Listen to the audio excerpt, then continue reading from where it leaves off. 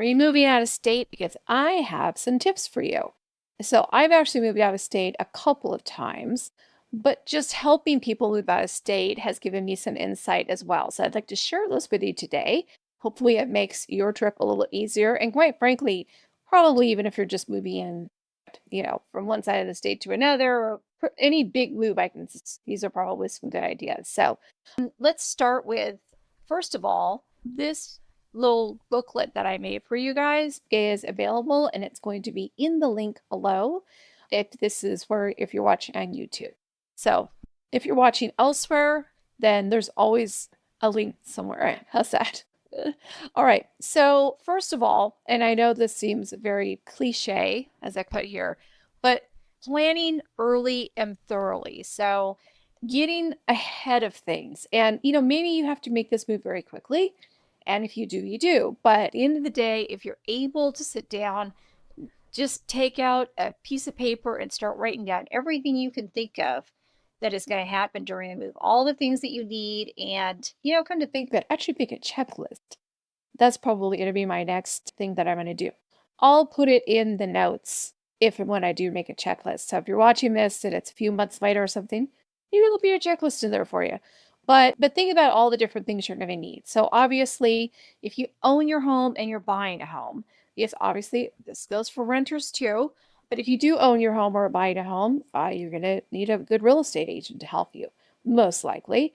And speaking of which, I have a great network of people all over the country. So if you don't know a real estate agent that you are comfortable with in your area, and let's say you're moving to Palm Springs, or even if you're moving anywhere else, I can help you find a real estate agent that's going to take good care of you. So, part of the planning, right? Because actually, too, if you are going to be moving to another area, you're buying a house, reaching out early and starting to get a lay of the land. So, for instance, if you're moving to the Palm Springs area, let me know. I can set up a search for you and just start sending things your way so that you can start to get a feel for what you get for the price.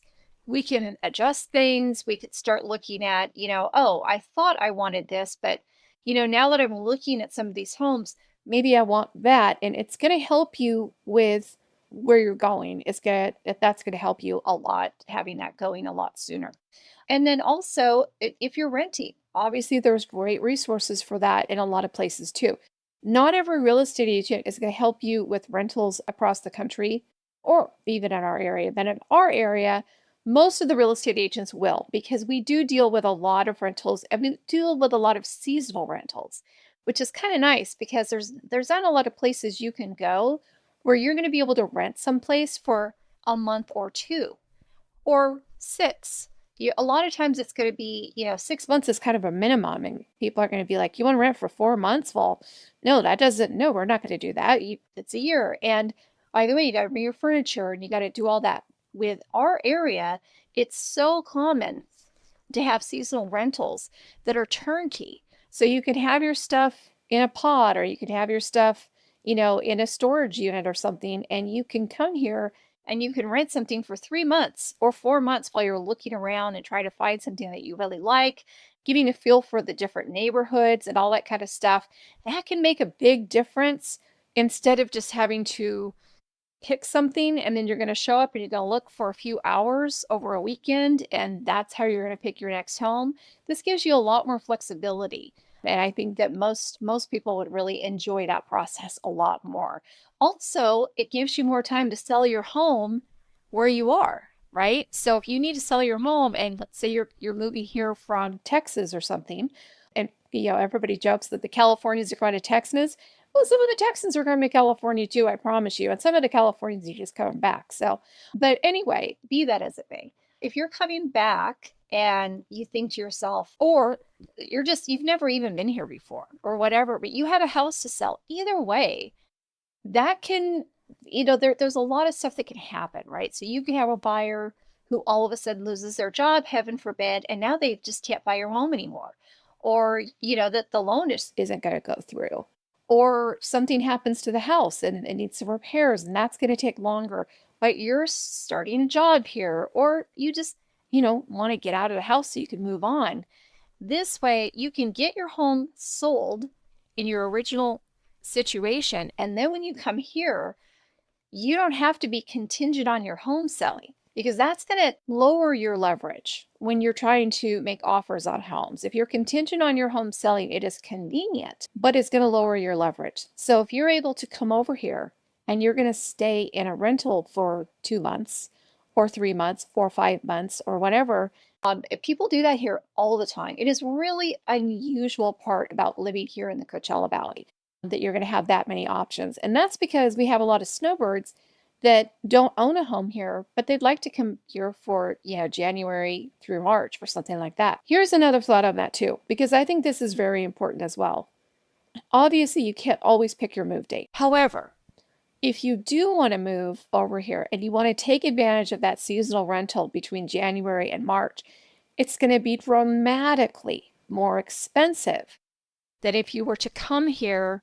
And let's face it, a lot of other places homes sell way more often in the spring and summer than they do here. Here, a lot more real estate's going to sell in January than July. It just is. So if you're able to come here and you're able to maybe sell your home in April, which is a great month, I would actually argue March might be a better month than most places to sell your home. And your local real estate agent can give you much better details on that. But I would argue that if you were to sell your home at a time like that, where it's very sought after here, and April's huge too, because April we have the festivals. So we have Coachella that runs 2 weekends in April. It's always my birthday, and we live right near it. So I can never, and side note, I can never have a birthday party because we're right next to Coachella, and it's hard to get in and out of our neighborhood. But anyway, let me just put a pin in that. But no, seriously, because of the festivals, because Coachella runs 2 weekends and then Stagecoach runs the last weekend of April. So because of that, most of the homes are the most expensive in April. So you're going to have a really tough time. But if you sold your home somewhere else and you close in May, and then you come over here and then you rent something for a few months while you're here looking for homes. I mean, if you're going to live here, you're going to live here in the summer too. You might as well get used to it, right? When we bought the house that I'm in right now, we purchased it in the middle of May. Actually, I'm sorry, end of May. And yeah, you get used to it. And then you really appreciate the rest of the year because it's really not that bad. But anyway, so if you were able to do that, your prices for the seasonal rental between May and September are going to be way, way lower. So something that you could probably, that you would have to rent for, say, $5,000 for the month of April, you can likely get for 2,900 or maybe even a little bit less for the month of July, right? So you're gonna save that money while you're here looking around. You've already sold your home over there, which means you can have that money sitting in an account waiting for it to be your down payment, or in some cases, a lot of people moving here are just paying cash because they're going to sell their house in Ohio or something. And that's going to make them enough money that when they come over here, and maybe they're downsizing, because again, it's a lot of retirees that are here for a good reason, because it's a great place to be.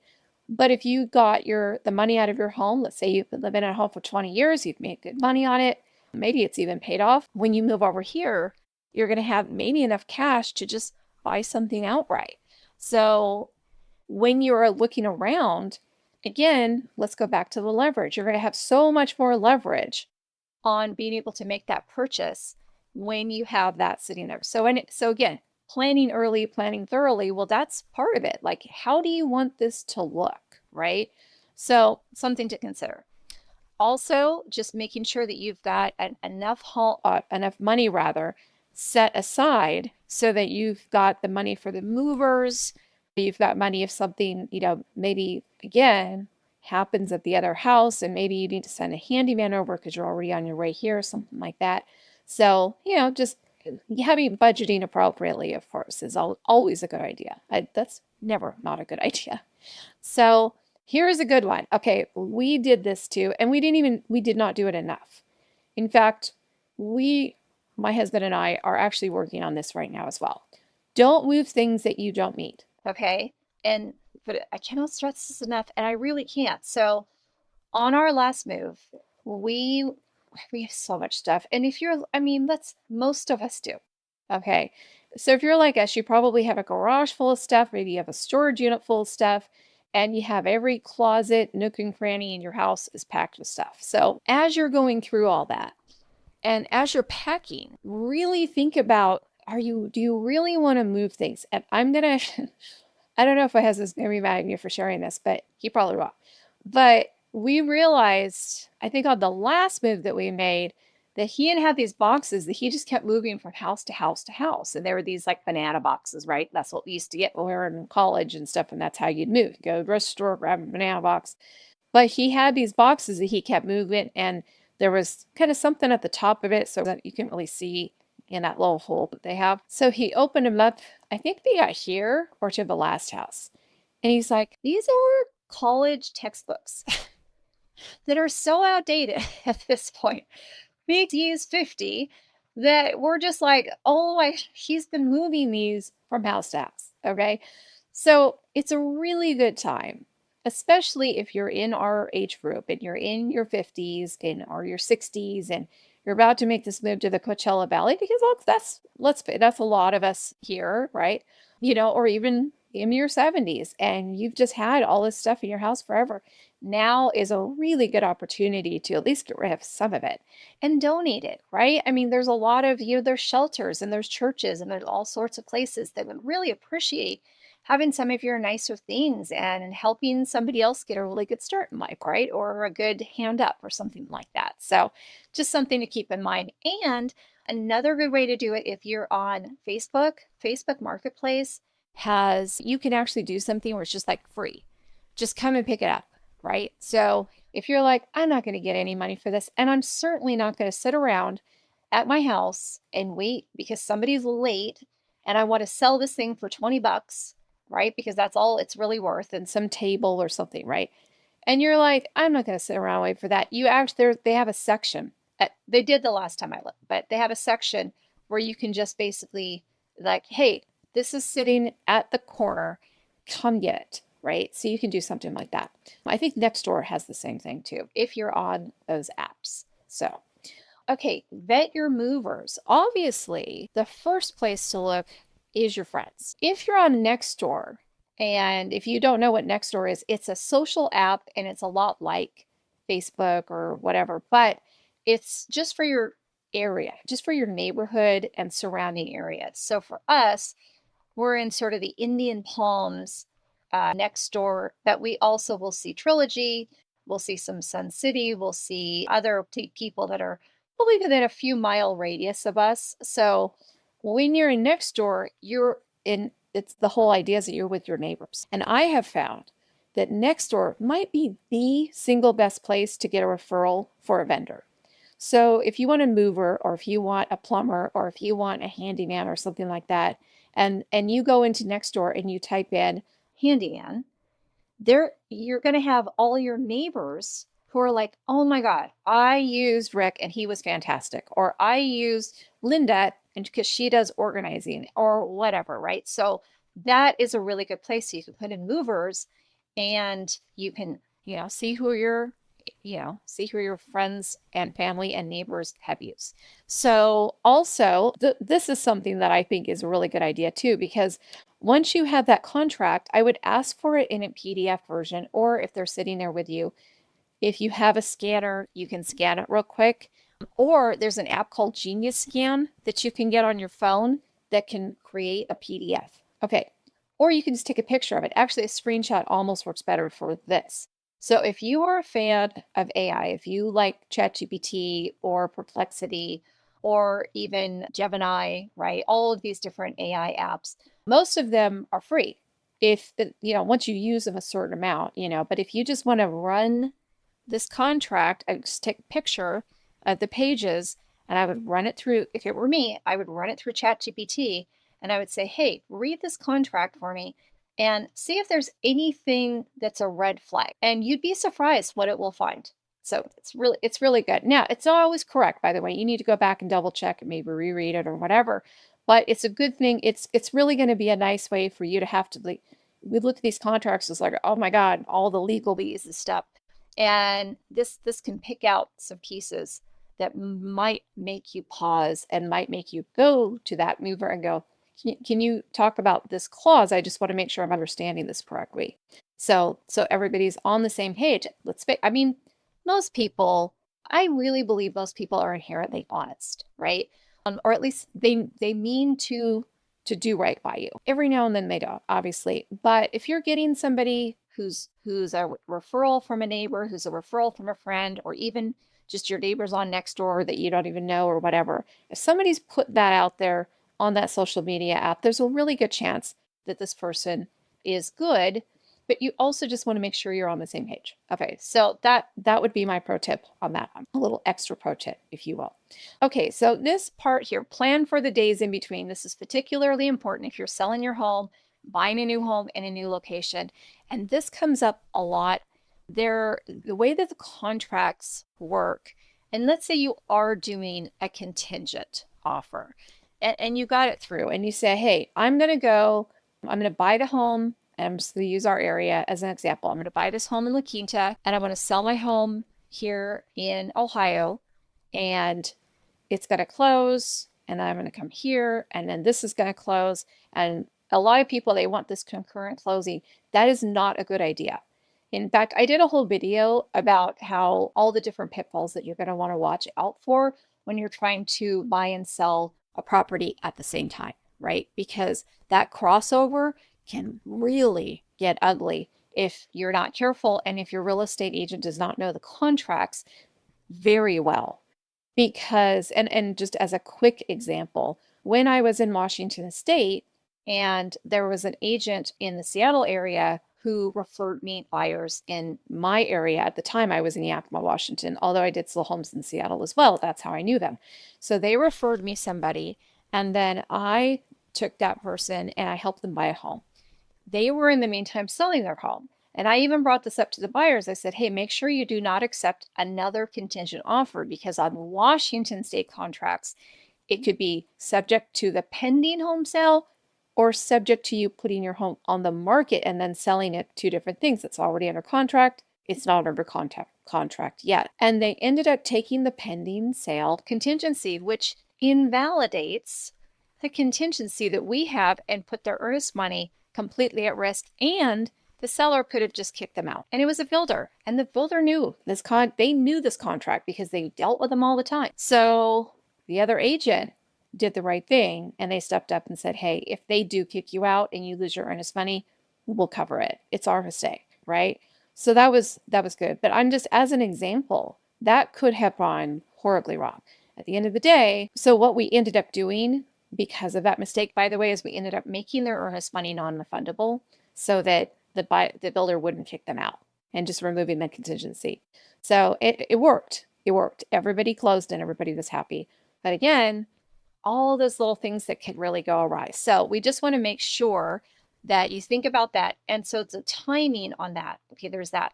But also, what about the drive in between? So obviously, I think most people would think of this, not everybody. So as you're crossing the country, I don't know if you've gone on long road trips before. For me, I notice about 8 hours, and it depends on if you have kids, pets, you two are driving different cars, whatever the case may be. You want to think about sort of a 6 to 8 hour window. How much do you really want to be driving? If it's just you and you know you can go for 10 hours, go for it. But if you've got kids and if you've got pets and it's all the things, right, you're probably going to want to plan for maybe 6 to 8 hours a day of driving max. So then you're going to want to look at the map and kind of see about how far away you're going to be and start thinking about are we going to be in the middle of nowhere? Do we need to maybe stop a little sooner and just book a hotel and just know that, like, listen, even if we feel like we can keep going, we're just going to stay there because we know if we keep going, it's going to be all this extra time and we could get tired. And of course, tired driving is unsafe. So something else to keep in mind. So also kind of a good idea too, maybe a great time for a family vacation, maybe a time to visit relatives if you're going to be driving through or friends, right? So stuff like that is something to keep in mind. Now, the documents. Oh my gosh, yes. So what I would think would be a good idea, and what I did when I've done it most times I've moved, is I have made a list of all, as I'm paying my bills, as I'm looking through my budget, as I'm looking through bank statements, or however you do it, right? I just sort of started a running list of all the different things that I'm paying. And then I would also try to think of what are some of the once a year things that I'm paying, and think about all those different people that you're going to have to update your address with, right? Or update whatever, right? So if you bank with Chase or Bank of America or something, chances are that's going to transport pretty well. Honestly, you don't have to, you might be in with, I'll use Seattle as an example. You might be with BECU, which is the Bowling Employees Credit Union. And you might be with them, and just because you moved to California doesn't mean you have to stop banking with them. But it's nice to have a bank to go into. So chances are at some point you're going to lose that over. But for now, it probably doesn't matter. But you still want to kind of keep in mind all the different things that are going to need to be moved over. Like driver's license would be one, vehicle registration, pet registration, all these things that again you can actually look up usually and see, how long do I have when I move here for? And I'll give you an example too. Moving, when I moved my car from Washington State to California, I found out that I didn't actually need to change my registration. They told me at the DMV I didn't have to. I did because I'm not going to drive to Washington every time I need to change my registration. But I waited because I was having an issue with my driver's license because it was COVID. And it's a long story. I needed to update my driver's license. My passport was expired. I couldn't find my birth certificate. Right here. That right there is a reason that you want to start keeping your important documents set aside, right? I couldn't find my birth certificate. Well, do as I say, not as I do, but I couldn't find it. But I couldn't get anything again because it was COVID and everything was closed down. It was May of 2020. June of 2020, and pretty soon I went to the DMV and I said, hey, but once I did re-register it, because I was late, and they actually gave me some grace on this, luckily, because I explained to them that I thought my driver's license issue was going to be a problem. And they're like, no, that doesn't matter. But if you are going to register it here and you moved here at a certain time, then you need to do it within X time. But we're not going to make you change your registration. But if you do, you have to do it in this time frame. Okay, again, they gave me a break. They didn't charge me the fees and everything, which was really nice of them. But it's just something to keep in mind. So as you're going through unpacking and as you're thinking about all the important papers in your world, what I would recommend is to get yourself a file, right? A folder or a set envelope, maybe even better so things don't fall out. And you start putting things in that envelope. So your passport, birth certificate, that'd be a good one.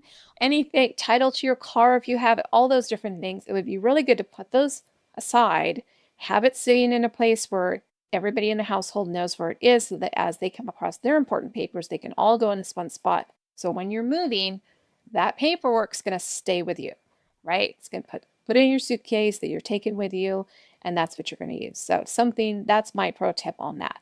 And that's actually something that I've always told people that is a good idea to do ever since I've been doing real estate. So get that envelope and start putting all those important papers in, because you know what you're going to do? Oh, divorce decree. That was a good one. You're going to pack them. Right? You're going to pack them. And then what are you going to do? Right. So yeah, something to keep in mind. Anyway, so those are my tips. I hope they've helped. I hope at least one of those things saves you some stress and aggravation. Now I'm going to have this little piece here. I'm going to have it, the little booklet, if you will. It's going to be downloadable below. So you just click on the link and you can go and get this booklet, and then you can have it. And then if I come up with a checklist, which I think I might, that'll be down there too. Thanks for watching. If you like this, I know all the YouTubers ask because, as I have found out, building my channel, it is important. If you like it, I'd love a like. And if you like more of the content that I've done, I'd love a subscribe too. But I do have a lot of different tips and tricks on my YouTube channel that will talk about real estate, moving to Palm Springs, moving to the Coachella Valley, on all those. And sometimes just moving, model home tours, things like that. So I hope you enjoy it. Love to see you come back to the channel. Thank you so much for watching.